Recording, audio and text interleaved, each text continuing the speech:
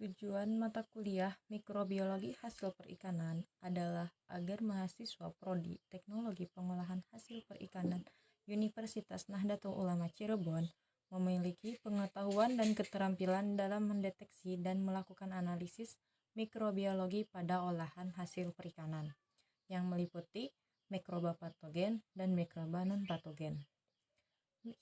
Mikroba patogen ialah merupakan mikroba yang mampu menyebabkan penyakit baik melalui invasi langsung maupun tidak langsung dalam mencemari pada makanan.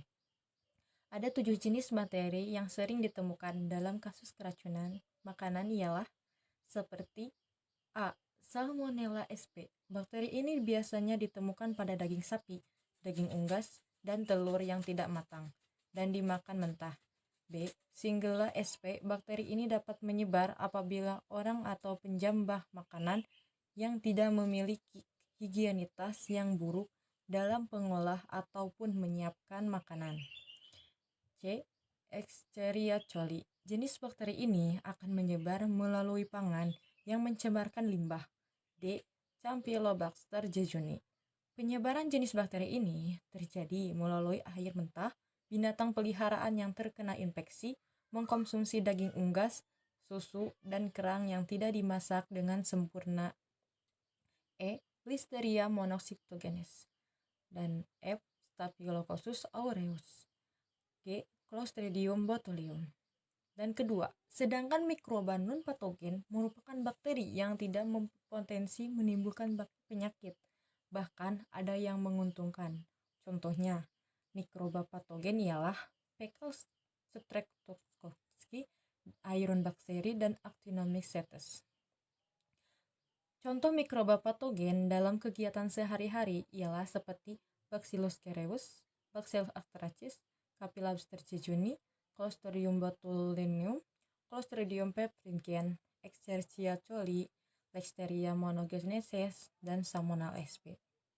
Contoh mikroba non-patogen dalam kehidupan sehari-hari ialah Rhizobium, Leguminosarium, Lactobacillus sp, Streptococcus lactis, Azotobacter coracosaccum, Clostridium pasteriarium, Codosripyrium rubrum, Staphylococcus, Bacteroides, dan Belenin.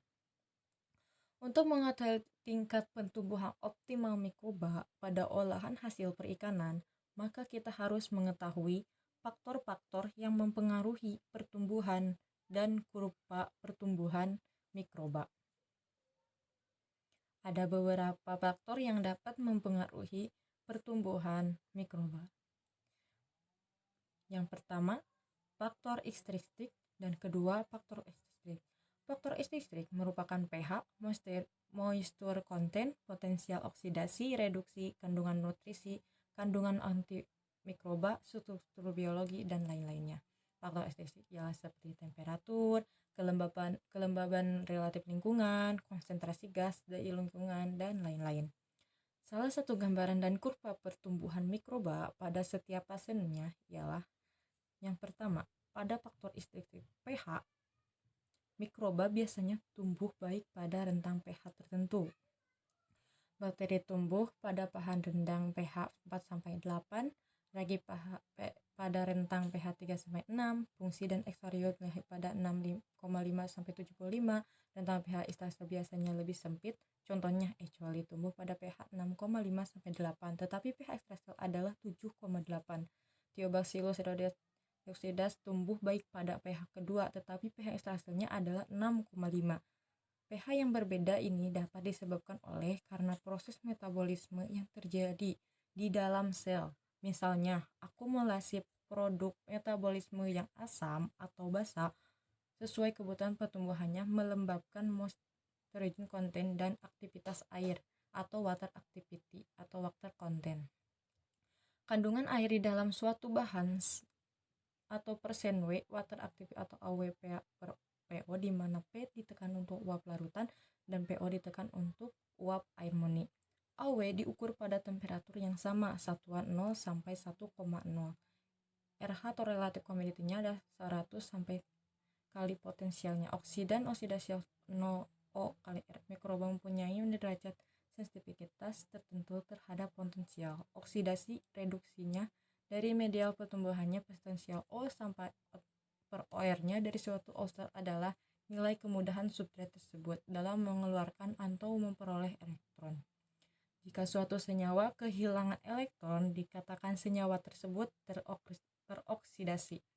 Suatu senyawa yang mudah melepas elektron adalah senyawa pereduksi yang baik, sedangkan yang mudah menangkap elektron adalah senyawa pengoksidasi yang baik. Ketidakelektronan dipindahkan dari suatu senyawa ke senyawa yang lain. Perbedaan potensial terjadi di antara kedua senyawa tersebut. Perbedaan ini dapat diukur dengan suatu alat yang diekspresikan sebagai satuan MP atau millivolt. Senyawa yang dapat oksidasi dengan mudah, maka potensial elektriknya makin positif. Demikian sebaliknya, potensial 0 O per R sesuatu sistem disimbolkan EH. Mikroba aerob memerlukan EH positif atau oksidasi untuk pertumbuhan, sedangkan mikroba anaerob memerlukan EH negatif. Beberapa bakteri biasanya memerlukan kondisi reduksi untuk permulaan tumbuh atau EH sekitar 200 MP misalnya Clostridium, sedangkan yang lain adalah perlu positif EH misalnya Bacillus mikroba yang tumbuh di bawah kondisi reduksi disebut mikroaerofil atau Lactobacilli cryptoxoci atau kandungan nutrisi air. Sumber energi adalah atau karbon, sumber nitrogen, mineral, vitamin, dan faktor pertumbuhan lain. Kandungan antimikroba, obat, dan bahan. Obat, zat aktif atau pengawetan, makanan, stabilitas makanan yang tahan terhadap pertumbuhan. Mikroba salah satunya adalah apabila di dalam makanan tersebut mengandung senyawa-senyawa yang bersifat antimikroba, misalnya kandungan asam benzoat dalam buah cranberries atau eugenol dalam cengkeh, laktenin dalam susu segar, dan lain-lain. Struktur biologi pada beberapa bahan alam, misalnya biji-bijian atau tanaman, strukturnya dapat mencegah masuknya mikroba ke dalam makanan. Misalnya kulit buah, kulit biji, kulit telur, dan lain-lain. Untuk faktor ekstrinsiknya itu kelembapan relatif atau RH. Ada hubungan antara RH dan temperatur untuk menjaga agar suatu produk tidak ditumbuhi mikroba. RH lingkungan harus berlawanan dengan temperatur. Jadi, bila temperatur tinggi, RH harus rendah. Demikian sebaliknya. Di dalam lemari es, temperatur rendah namun RH-nya tinggi. Keberadaan gas atau karbon dioksida dapat membantu mengurangi tumbuhnya mikroba. Konsentrasi karbon dioksida lebih 10% dapat digunakan untuk mengalami kerusakan oleh mikroba. Misalnya menggunakan dry ice, karbon dioksidanya padat, atau ozon oksigen.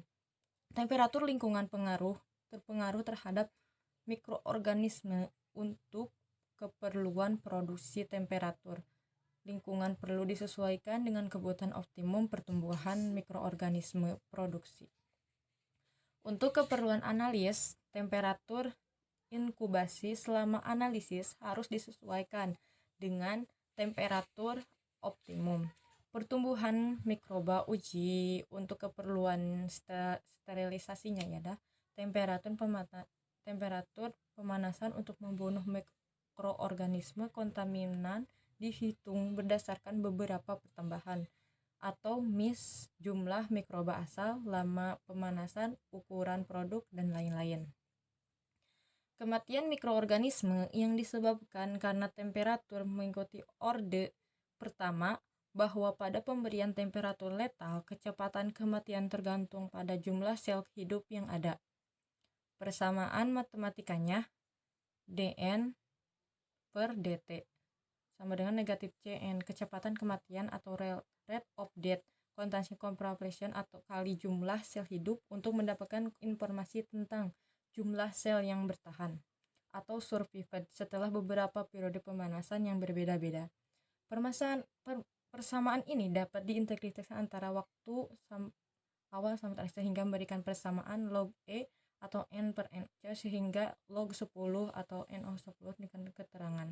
Ada beberapa peranan mikroba yang merugikan pada olahan hasil perikanan seperti dalam pembusukan daging, mikroorganisme yang menghasilkan enzim proteotik mampu merombak protein-protein pada proses pembusukan sayur dan buah.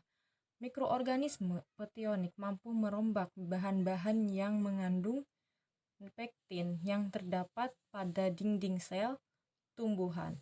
Mikroorganisme seperti bakteri, kamir, atau yeast, dan kapang dapat menyebabkan perubahan yang tidak dikehendaki pada penampakan, visual, batu, tekstur, atau rasa suatu makanan. Salah satu sifat yang dimiliki oleh mikroba patogen pada olahan hasil perikanan ialah dapat menyebabkan keracunan, maka menimbulkan pencemaran dan dapat menimbulkan penyakit. Ada beberapa hal yang perlu dilakukan untuk menghambat pertumbuhan mikroba yang merugikan, yaitu dengan cara mencegah kerusakannya fisik, mencegah kerusakan kimia, mencegah kerusakan biologis.